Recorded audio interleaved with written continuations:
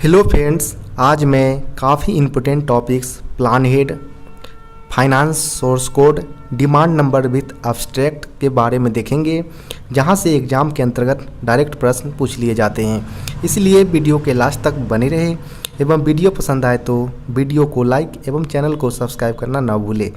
चलिए शुरू करते हैं। सबसे पहले देखेंगे जहाँ से एग्ज़ाम में डायरेक्ट प्रश्न पूछ लिए जाते हैं, यानी प्लान हेड, जिसे हम माइनर हेड के नाम से भी जानते हैं। इसमें अगर बात करें हम तो टोटल अभी वर्तमान में 27 प्लान हेड रन किए जा रहे हैं। इसमें अगर बात करें जहाँ से प्रश्न पूछे जाते हैं, जैसे plan head related to which activity, तो प्लान हेड 11 की अगर बात करें तो यह न्यू लाइन से रिलेटेड है। प्लान हेड 14 की अगर बात करें तो गेज कन्वर्जन से रिलेटेड है। प्लान हेड अगर बात करें 15 की तो यह डबलिंग के लिए है।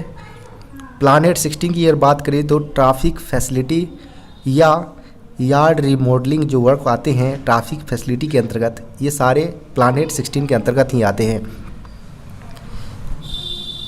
वहीं अगर बात करें आगे प्लान हेड 17 की तो इसके अंतर्गत कंप्यूटराइजेशन आता है। 18 की अगर बात करें तो रेलवे रिसर्च, जिसके अंतर्गत जो RDSO वगैरह का जो रिसर्च वगैरह होते हैं वो प्लान हेड 18 के अंतर्गत इंक्लूड किए गए हैं। वहीं अगर बात करें प्लान हेड 21 की तो इसके अंतर्गत जो RSP शॉर्ट फॉर्म में पूछ ली जाती है। अगर फुल फॉर्म की अगर बात करें तो रोलिंग स्टॉक प्रोग्राम से रिलेटेड यह होता है। नेक्स्ट देखिए अगर तो प्लान हेड 22 की अगर बात करें तो इसके अंतर्गत leased assets, payment of capital components of lease charges to IRFC यानी इंडियन रेलवे फाइनेंस कॉरपोरेशन से रिलेटेड होता है। वहीं अगर बात करें प्लान हेड 29 से तो यह रोड सेफ्टी वर्क यानी लेवल क्रॉसिंग जहां पर हमारा है वहां रोड सेफ्टी से जो वर्क रिलेटेड होता है वह प्लान हेड 29 के अंतर्गत इंक्लूड किए गए हैं।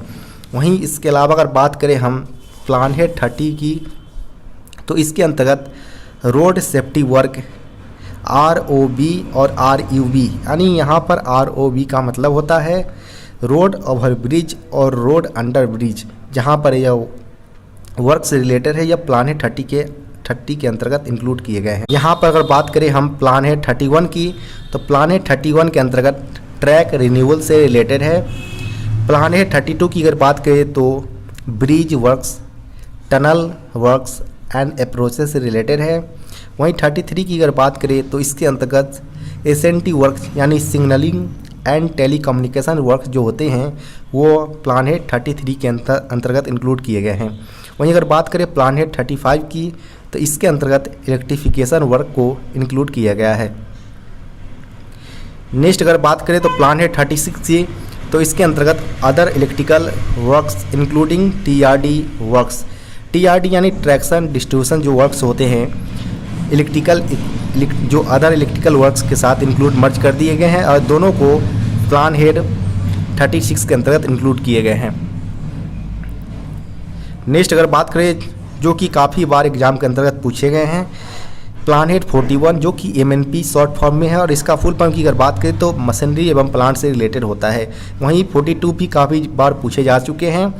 प्लान हेड 42 के अंतर्गत वर्कशॉप इंक्लूडिंग प्रोडक्शन यूनिट से रिलेटेड जो वर्क्स होते हैं उसको इंक्लूड किए गए हैं।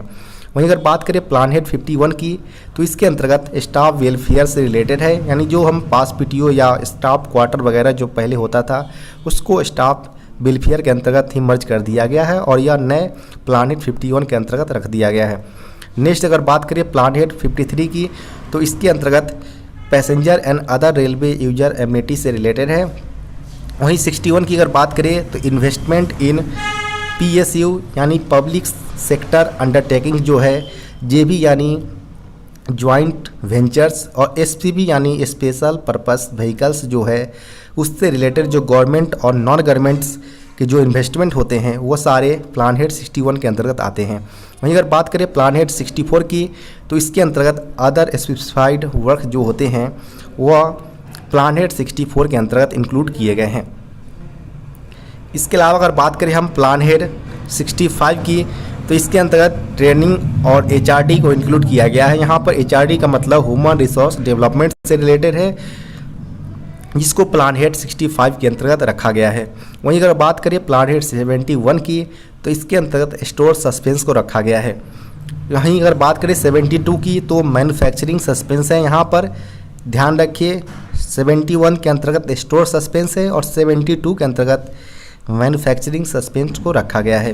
वहीं 73 की अगर बात करें तो इसके अंतर्गत जो मिसलेनियस एडवांसेस जो होते हैं उसको रखे गए हैं।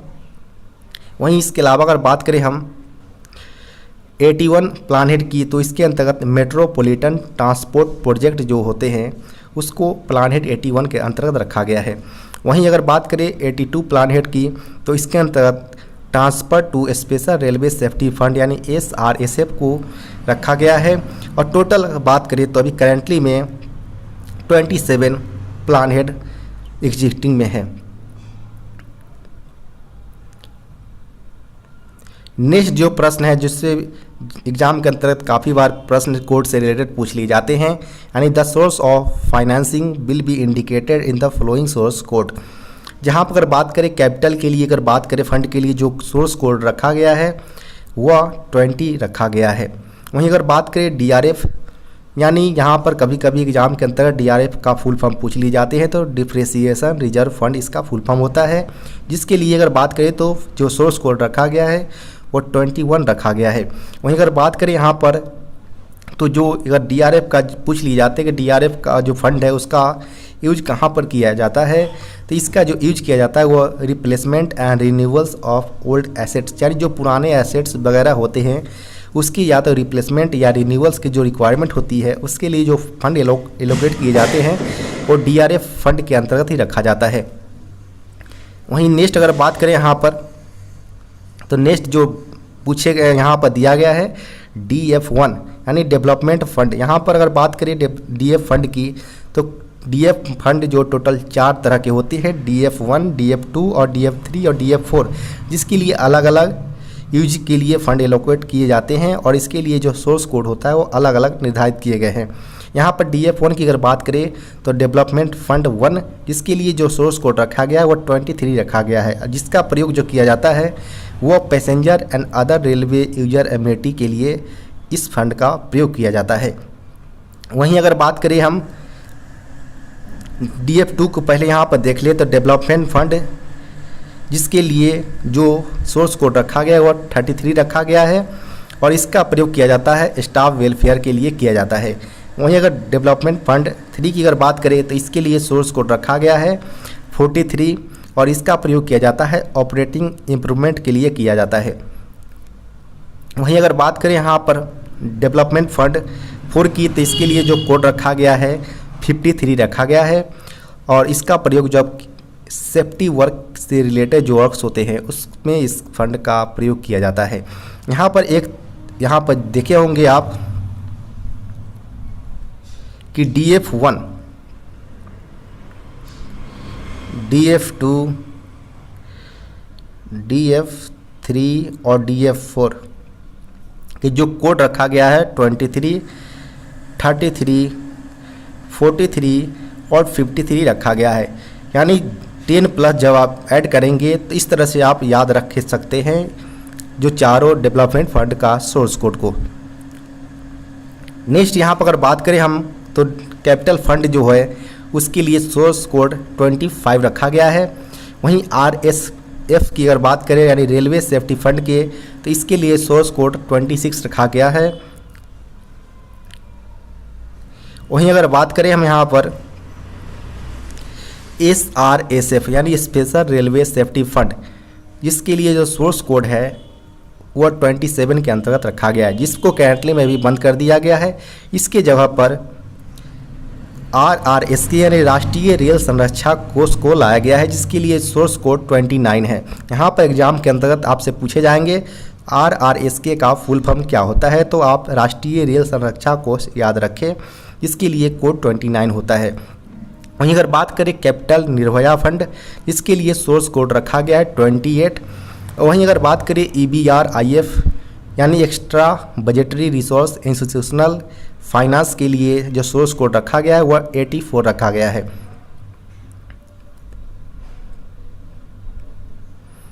आगे यहाँ पर देखेंगे हम रेवेन्यू एक्सपेंडिचर्स और इसमें जो रिमेनिंग पार्ट जो नीचे होंगे वो हमारा कैपिटल एक्सपेंडिचर से रिलेटेड भी होगा, जिसको हम अब्स्ट्रैक्ट और डिमांड नंबर को साथ साथ यहाँ पर डिस्कस करेंगे। यहाँ पर अगर बात करिए, पहले यहाँ पर हम अब्स्ट्रैक्ट का कॉलम बना लिए हैं, फिर एक्टिविटी डिमांड नंबर। तो पहले अगर बात करें डिमांड नंबर 1 का, तो डिमांड नंबर 1 में हमारा डिमांड नंबर 1 और 2 के लिए जो हमारा पॉलिसी फार्मूलेशन कॉमन टू और रेलवे के लिए रखा गया है, जिसमें डिमांड नंबर 1 में रेलवे बोर्ड के लिए है और डिमांड नंबर 2 के लिए जो मिसलेनियस एक्सपेंडिचर जो होता है वह डिमांड नंबर 2 के अंतर्गत रखा गया है। वहीं अगर बात करें यहाँ पर हम, तो सेकेंड जो हमारा है जनरल सुपरिटेंडेंस एंड सर्विसेज के लिए, इसके लिए जो अब्स्ट्रैक्ट कोड है वह ए रखा गया है और डिमांड नंबर 3 के अंतर्गत ये आता है। वहीं इसके अलावा अगर बात करें हम, जो कि रिपेयर और मेंटेनेंस के अंतर्गत टोटल 4 प्लान जो डिमांड नंबर है वो आते हैं, 4, 5, 6 और 7 आता है जो रिपेयर एंड मेंटेनेंस के अंतर्गत आता है। जिसमें अगर बात करें डिमांड नंबर 4 की, तो डिमांड नंबर 4 के अंतर्गत परमानेंट बे एंड वर्क्स को रिलेटेड करता है, जिसके लिए अब्स्ट्रैक्ट कोड जो रखा गया है वो बी रखा गया है। वहीं मोटिव पावर के लिए डिमांड नंबर 5 रखा गया है और अब्स्ट्रैक्ट कोड जो है वह सी रखा गया है। कैरिज एंड वैगन के लिए डिमांड नंबर 6 है और अब्स्ट्रैक्ट कोड की अगर बात करें तो डी रखा गया है। वहीं प्लांट एंड इक्विपमेंट की अगर बात करें तो इसके लिए डिमांड नंबर 7 रखा गया और अब्स्ट्रैक्ट कोड की अगर बात करें तो वह ई रखा गया है। वहीं अगर बात करें यहाँ पर, तो ऑपरेटिंग एक्सपेंसेस से रिलेटेड जो है उसके अंतर्गत टोटल 3 डिमांड नंबर आते हैं, जिसमें पहला जो है रोलिंग स्टॉक से है, जो एक्सपेंसेस होता है ऑपरेटिंग एक्सपेंसेस वह डिमांड नंबर 8 के अंतर्गत है और इसके लिए जो अब्स्ट्रैक्ट कोड रखा गया है वो एफ रखा गया है। वहीं अगर ट्रैफिक से रिलेटेड जो ऑपरेटिंग एक्सपेंसेस जो आते हैं वो डिमांड नंबर 9 के अंतर्गत आते हैं और अब्स्ट्रैक्ट कोड की अगर बात करें तो वह जी के अंतर्गत आता है। वहीं अगर बात करें फ्यूल पर जो ऑपरेटिंग एक्सपेंसेस आते हैं वह डिमांड नंबर 10 के अंतर्गत है और अब्स्ट्रैक्ट कोड की अगर बात करें तो वह एच के अंतर्गत रखा गया है। नेक्स्ट जो अगर बात करें स्टाफ वेलफेयर, रिटायरमेंट बेनिफिट्स और मिसलेनियस से जो रिलेटेड है उसके अंतर्गत भी टोटल 3 रखे गए हैं डिमांड नंबर। वहीं यहाँ पर बात करें पहले स्टाफ वेलफेयर और एम्यूनिटी का, तो वह डिमांड नंबर 11 के अंतर्गत रखा गया है और इसके लिए जो अब्स्ट्रैक्ट कोड है वह जे रखा गया है। सेकेंड है यहाँ पर मिसलेनियस वर्किंग एक्सपेंसेस से, जिसके लिए डिमांड नंबर 12 रखा गया है और अब्स्ट्रैक्ट कोड की अगर बात करें तो के रखा गया है। वहीं जो अगर बात करें next PF pension retirement benefits की, तो इसके जो डिमांड नंबर 13 के अंतर्गत रखा गया है और इसके लिए जो अब्स्ट्रैक्ट कोड है वो एल रखा गया है। नेक्स्ट यहाँ पर है railway funds and payments to general revenues, इसके अंतर्गत टोटल 2 डिमांड नंबर है। इसमें पहला है यहाँ पर अप्रोप्रिएशन टू डीआरएफ यानी डिप्रिसिएशन रिजर्व फंड जो है एंड पेंशन फंड, जो कि डिमांड नंबर 14 के अंतर्गत आता है। इसके लिए अब्स्ट्रैक्ट कोड जो है वह एम रखा गया है। वहीं जो अगर बात करें सेकेंड की है dividend to general revenues and repayment of loans, इसको डिमांड नंबर 15 के अंतर्गत रखा गया है। वहीं यहाँ पर अगर बात करें हम डिमांड नंबर 16 जो है उसके अंतर्गत वर्क्स के जो जितने भी आते हैं उसको रखा गया है, जिसमें हमारा new lines, doubling, gauge conversion, rolling stock, track renewals, bridge works, traffic facility, SNT works, MNP, staff quarter, etc जितने भी वर्क्स आते हैं वह डिमांड नंबर 16 के अंतर्गत रखे गए हैं। यहाँ पर जितने भी अगर बात करें 1 से लेकर 16 तक जो डिमांड नंबर डिस्कस किए हैं, इसमें से हमारा 1 से लेकर 15 तक का डिमांड नंबर रेवेन्यू एक्सपेंडिचर्स के अंतर्गत आते हैं। वही जो डिमांड नंबर 16 जो है वो हमारा कैपिटल एक्सपेंडिचर्स के अंतर्गत आते हैं। अब यहाँ पर आप देखेंगे कि कैपिटल एक्सपेंडिचर्स क्या होते हैं और रेवेन्यू एक्सपेंडिचर्स। तो बात करें यहाँ पर कैपिटल एक्सपेंडिचर्स की, तो one time large purchase setups of fixed assets that will be used for revenue generation over a longer period, यानी ऐसा सेटअप हम या फिक्स्ड एसेट को एक्वायर करते हैं जिससे हमें लॉन्ग टर्म के लिए रेवेन्यू का जनरेशन का सोर्स बन सके। जैसे कि हमें कोई वर्कशॉप सेटअप करना हो, कोई एमएनपी को परचेज करना हो या कोई स्टेशन को सेटअप करना हो, तो उसमें हम एक बार ही पैसे को इन्वेस्ट करते हैं। लॉन्ग टर्म के लिए हम रेवेन्यू जनरेशन का सोर्स को हम एक्वायर करते हैं, तो उसको हम कैपिटल एक्सपेंडिचर्स के अंतर्गत रखते हैं। वहीं अगर बात करें हम रेवेन्यू एक्सपेंडिचर्स की, तो रेवेन्यू एक्सपेंडिचर्स के अंतर्गत हमारा जो ऑन गोइंग ऑपरेटिंग एक्सपेंसेस होते हैं, जो कि शॉर्ट टर्म के लिए एक्सपेंसेस होते हैं, जिसको डेली बेसिस पर ऑपरेशंस में हम एक्सपेंडिचर्स करते हैं, और जिसके लिए जो फंड होता है वह budget to budget annually allocate किए जाते हैं। जैसे कि अगर बात करें हम कि जो हमारा जो कर्मचारी को वेतन दिए जाते हैं, जैसे कि हमारा फ्यूल्स पर जो एक्सपेंडिचर्स होते हैं जो डेली बेसिस पर, तो वो सारे हमारे रेवेन्यू एक्सपेंडिचर्स के अंतर्गत आते हैं। यहाँ पर जो हमारा रिमेनिंग जो ऑब्जेक्ट है वो यहाँ पर बताए गए हैं कि जो हमारा एन ऑब्जेक्ट होते हैं वो सस्पेंस एक्टिविटी के अंतर्गत रखे गए हैं। वहीं जो बात करें ऑब्जेक्ट ओ की, तो वह government contributions for defined contribution pension scheme यानी NPS यानी न्यू पेंशन स्कीम के अंतर्गत जो हमारा 14% का जो कंट्रीब्यूशन गवर्नमेंट देते हैं वो हमारा ऑब्जेक्ट ओ के अंतर्गत रखा गया है।